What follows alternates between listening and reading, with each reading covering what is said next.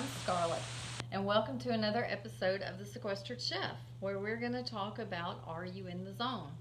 And by the end of the video, we're going to find out why you should be in your very own zone. But first, a little bit about me in case you haven't watched the other episodes.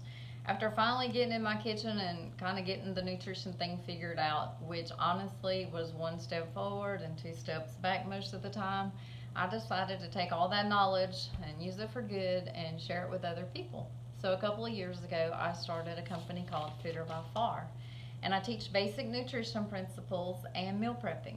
Most importantly, I try to demystify all the confusing information out in the world about what you are eating and what you should be eating. I find it so ironic that on the fitness journey, 80% is nutrition and 20% is working out. But it seems like 90% of the people on that journey are completely confused. And there is a quote that I heard earlier this year that pretty much sums up my goals for Fitter by Farr.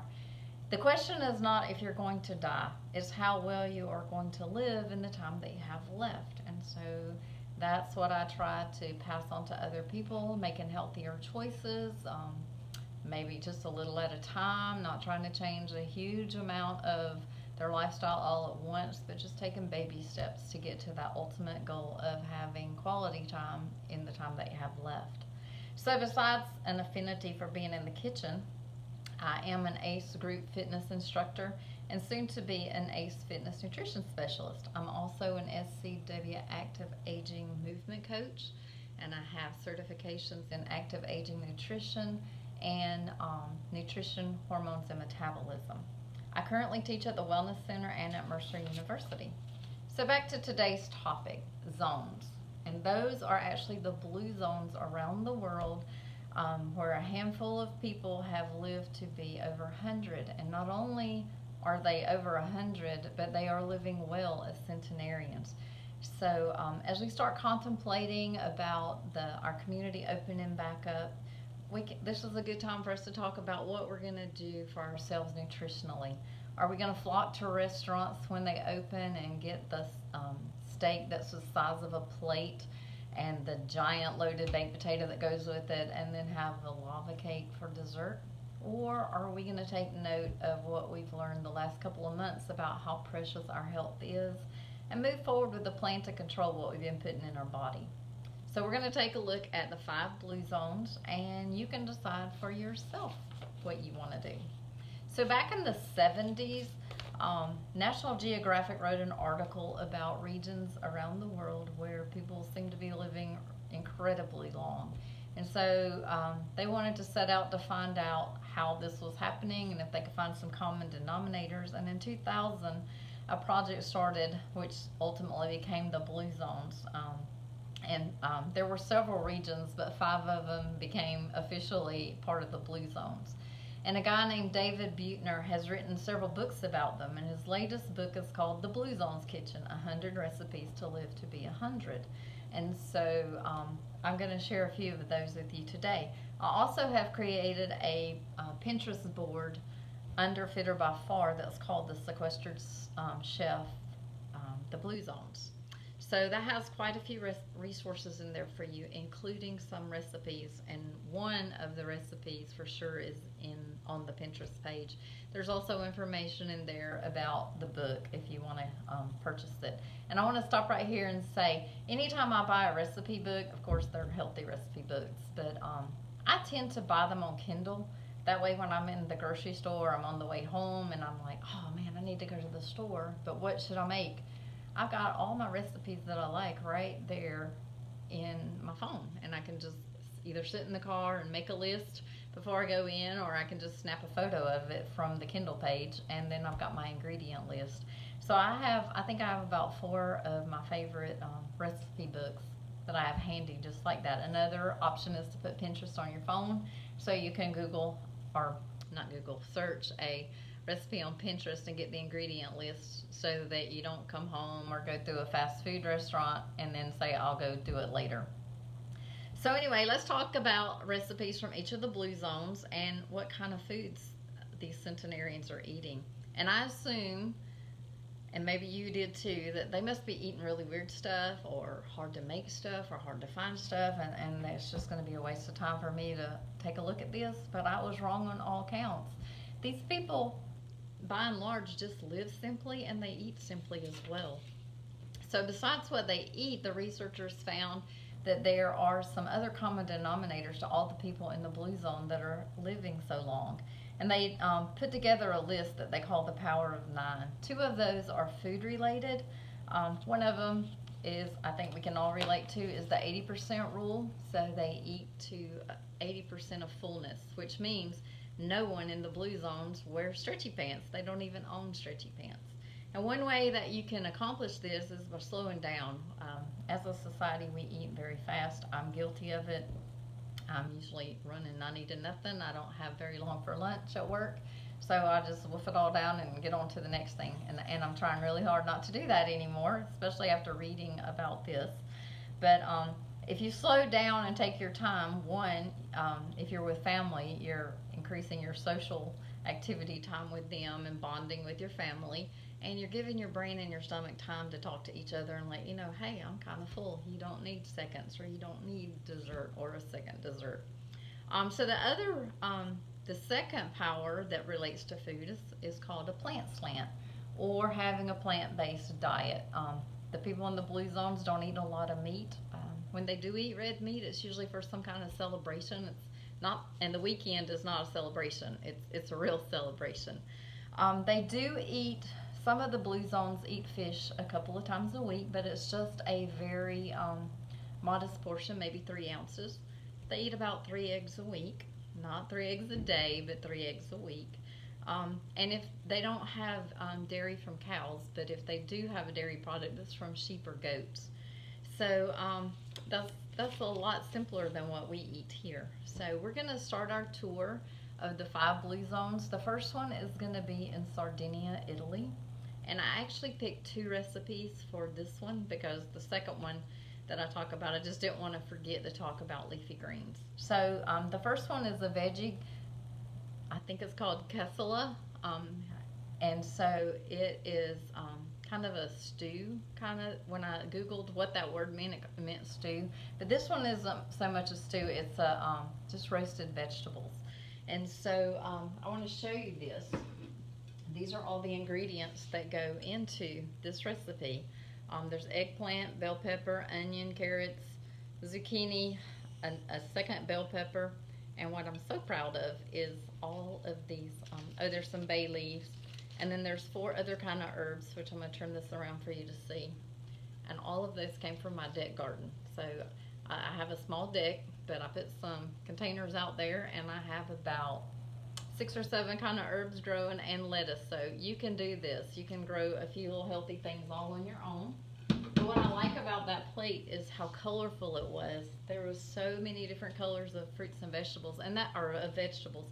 And that's what you're supposed to do every day. You're supposed to have, you can see the poster in the back, a rainbow of food, of colorful fruits and vegetables every day. So that might be the first change that you decide to make, is just add some color. And we're going to talk about an interesting color in just a minute that it was new to me. So maybe you've tried this other vegetable before, but we'll see in a minute. So the other recipe from Sardinia is it's very simple. It's greens and onions. So this is about 2 pounds of chard.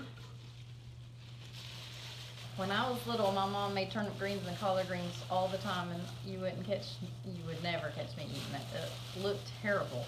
But now I've learned the value of it, and I eat greens a lot. So all you do for this is just saute an onion, which you just take maybe about half of this onion. This is a Vidalia onion. And saute that in a pan. You just take the heavy stems off of here, wash it, and then throw it in the pot. Cook it for a few minutes till it wilts down, and you're done. You can't go through a drive-through faster than that. And it has been found, the research reinforces the importance of greens in the diet. Consuming cooked greens is one of the biggest factors of longevity, and at least a 1/4 cup a day, that's all. That's really not that much. So I want to tell you about the power number 3, which sounds like a Jimmy Buffett song. It is the power of wine at 5. and it's red wine, and it's one to two glasses a day is what they usually drink. But here's the rub. Here's what a serving of wine looks like. That is 5 ounces. How many people fill it up to there? So if you're gonna do the red wine, if drinking alcohol is not your thing, you don't necessarily have to start it. But if it is your thing, that is what a serving looks like for wine. Okay, let's move on to Okinawa, Japan. That is our second blue zone. And this is where the other odd vegetable comes in. I'm going to show you the recipe for sweet potato bites. I had seen these in the grocery store before, but I didn't really know what they were, so I didn't buy them. But it's purple sweet potatoes. So this recipe couldn't be simpler. The people in Okinawa are some of the longest lived people, and 60% of their diet are these sweet potatoes. So that's definitely something you might want to give a whirl and see if you like them. I actually like them a lot. So I just took a pound of potatoes. I bought some regular ones that are the orange ones. There's also white ones, which I did not know that until I read this book. And then I bought a pound of purple ones. So you just cook them. I put them in my Instapot and they were done in no time at all. You do peel them first, and then I cooked them. And after they cooled a little bit, I just made balls out of them, rolled them around in crushed macadamia nuts, and sprinkled some cinnamon on them. That's it. I did put, the recipe called for a tablespoon of brown sugar for a pound of potatoes. I usually do not add sugar to things if I can help it, but I figure that a tablespoon is 50 calories, and actually if I do make a recipe with sugar or molasses or honey or whatever, I cut it in half, and it never really affects the recipe, but it makes a huge difference in your health. So if you are going to put sugar in it, you might want to consider cutting it in half if you get that recipe. And any recipe that you make, just cut it in half. Then I want to tell you about powers 4 and 5. Move naturally is number 4, and downshift is number 5. And moving naturally doesn't mean joining a gym. It doesn't mean running a half marathon or a marathon. It just means move more. They don't pay people in those blue zones to mow their grass. They do it themselves. Some of those areas are pretty rugged terrain, and you've got 80, 90-year-old people going up and down like it's no problem at all. They do their own gardening, they do yard work, they do housework, they just move all day. So what are some things you can do? You've always heard this, you can park your car farther away across the parking lot and walk farther. You can take the stairs instead of the elevator. If you don't live too far from shopping, you can just walk to that. And just take your family on a walk. If you have a dog, take them on a longer walk than they're used to. During coronavirus quarantine, my poor little 10-pound dachshund has walked more in the last 2 months than she probably has a year, and I think she's ready for me to go back to work. And the number 5 was downshift. So people in the blue zones have stress just like we do. I mean, everybody has stress. They've just figured out a way to minimize it. They do that by practicing gratitude, talking to their ancestors, praying, taking naps, or even having their happy hour with their friends and just chilling out. So the next place that we're going to go is on this side of the world. It's Nicoya, Costa Rica, and we are going to look at what goes into their creamy butternut soup recipe. But in Costa Rica, there's a 3 times better chance that the men there will live healthily into their 90s than there is for men in the U.S. to do that. I do want to tell you one thing. Isn't this so, first of all, isn't that so pretty? All the colors in that is just beautiful. Okay, this is a cut up butternut squash. Butternut squashes that are not cut up are scary. They're very hard to cut for me, and I have just about cut arms and legs off doing it. So splurge if you can and get them already cut up. Sometimes they come in tall plastic containers, and lately I've been finding it this way at Kroger. So the only other thing that really goes in there is an onion, and this is cilantro. This did not come out of my deck because for some reason I can't seem to grow cilantro. And then some small red bell peppers. The only other thing is vegetable broth, and I tried to find as low a sodium as I could. You can find that. You just have to look for it. So that's all there is to the butternut squash. Again, very simple, nothing fancy. It won't take that long to make. And butternut squash soup is delicious. So let's talk about two more of the powers. Number 6 is put your loved ones first, and number 7 is find the right tribe. So generations in the blue zones often live together for multiple generations. If they don't live in the same house, they at least live close on the same property. But it's not like you're thinking here, which traditionally is a sandwich generation, where the husband or the wife, generally the wife, is trying to take care of the kids, trying to do everything in the house, maybe has a job, and then has to go care for her elderly, frail parents, or his parents, or whoever, even the next generation above that, stopping by the nursing home after work every day, running and going to the hospital all the time. It's not like that in the blue zones, because the centenarians and the 70, 80, 90-year-olds, they're healthy. They don't stop. They just keep going. They don't sit in a chair and retire and do nothing. They help with the children. They help with the gardening, scaling up and down the rough terrain if that's where they live. So it's a totally different mindset than we have here for the most part. The right tribe is talking about a social circle. So in the blue zones, they found that most of them had social circles that maybe started when they were 4 or 5 years old, and now they're in their 80s and 90s, and they still hang out with the same group of people. They eat with them on a regular basis. They visit with them, check on each other. It's kind of like accountability groups maybe that here. And research has shown that who you hang out with is very important. So if your group that you hang out with is mostly smokers, there's a good chance you're going to be a smoker. If the people that you hang out with are overweight, you're probably going to be overweight. And when I was doing some research for this, I found a statistic that seems almost insane just because of the number. But if your 3 best friends are obese, then there's a 150% chance you're also going to be obese. So that's very discouraging on the one hand, but maybe you're going to be the one that makes the change. Maybe you can get your social circle to start making some healthier changes and incorporating some of these powers. Maybe get together and cook some of these recipes, and you can turn that around. So our next stop is going to be Icaria, Greece. And who doesn't think of Greek food if they don't think about hummus? So that's what we're going to make. Again, it was very simple. This is what it looked like. So I basically took, you could use dried chickpeas and soak them and cook them, or you can use 3 cans of canned chickpeas, and that's what I chose to do. So if you're going to use canned beans, make sure that you rinse them twice. Doing that will get about 40% of the sodium out of them. Sometimes you can buy low sodium or no salt, and if you can, that's great, but there is a way around that if you can't find it. Just make sure you rinse them twice. Also, commercially prepared hummus uses tahini. So this is a lighter version that uses olive oil and red cooking wine. And then you just mix them up in a food processor or a blender. That's all there is to it. You just put it in a container, cut up some vegetables. I cut up an orange bell pepper. You could cut up carrot sticks. You could actually use sourdough bread would probably be something good you could put with it.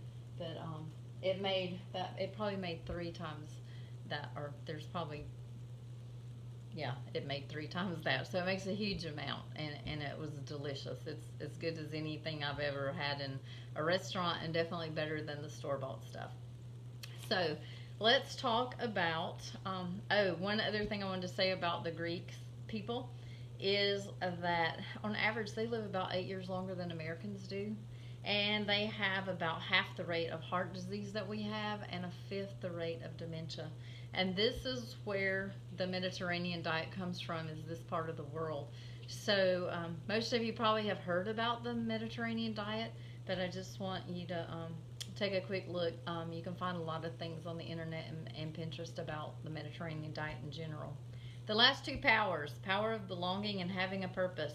Belonging refers to a And our last Blue Zone that we're going to talk about in a minute is a faith-based community, a huge one. But it doesn't matter what your denomination is in your belief. It's just that you believe in a higher power. And on average, researchers found that those who believed in a higher power had about an 8-year longer lifespan. And then having a purpose. Why do you get up every morning? Do you know people that have retired and they just sit and basically mold and they don't do anything? That is not the way to live out your final years. You should be active the whole time and having a purpose. Whether you're volunteering, whether if you do belong to your social circles or you're a church, just go and do something. I have a brother that retired 3 times. The first 2 times he retired from work and he didn't like that lifestyle and he was bored and he went back to work. The 3rd time was the charm because he retired to something. He moved to a wonderful part of the country where there were tons of activities and he stays busy all the time and he just loves retirement now. So you definitely don't want to just fade away. You want to have a purpose that will keep you going all through until you're 100 years old. So I'm so happy to talk about this last one because it's in the United States, finally. It's the only one in the United States. And it's in Loma Linda, California. And I chose a breakfast option for this. It's just a very easy smoothie. They are a community of Seventh-day Adventists, and so that is the huge faith-based community, but it's not the only one. All the Blue Zones have that. They live about a decade longer than the average Americans, and they have a fraction of heart disease, cancers, and diabetes in that community. So I want to show you real quick. This is just a frozen half a banana and some peaches. And non-dairy, because I told you that they don't drink a lot of cow's milk in these zones. Non-dairy, this one's coconut milk yogurt. That's a cup of yogurt. Half a cup of unsweetened almond milk.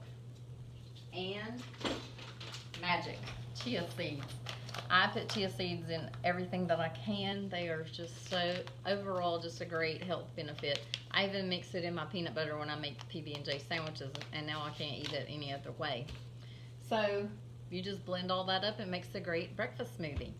So I just want to wrap up by saying, other than the little bit of brown sugar, the canned beans, which you could have used dried beans, and the 2 boxes that had the vegetable broth and the almond milk, did you notice that we didn't have to open any boxes or packages? There was nothing refined except that little tablespoon of sugar. I also wanted to point out, even though it didn't reflect it so much here, that nuts and seeds and beans and rice are huge parts of their diets in these Blue Zones.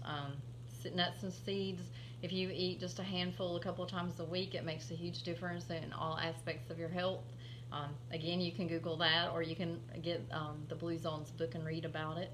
Also, beans and rice together make a complete protein. You don't actually have to eat them in the same meal, but if you ate beans at one meal and rice at another, it does the same thing. But that's why they don't have to eat a lot of protein, because they can get it from the beans and rice. But again, it's the combination. So, unfortunately, though, time has marched on since the 70s, and the Blue Zones learned about processed and refined food, too. So, their result has been that their longevity has started to drop, which tells you volumes about how important what you eat is. Nothing else changed for them. So, there's one more thing I want to tell you. On my Pinterest page, there is a true vitality test. It comes from the Blue Zones website. Go take your test and find out what your longevity is, and it'll give you some ideas about how to change that. And after you take the test, you might decide that giant steak and loaded baked potato and lava cake might not be quite worth it as you're going forward and our community reopens. So good luck as you figure out what you want your nutrition to look like. I'll be glad to coach you along the way, whether it's just spending a half a day with you, teaching you how to meal prep, or if you need a motivator to make more long-term changes with your nutrition. My contact information is down in the show notes, so just call me. I'll be glad to help you. I hope you have a great rest of the day. Bye.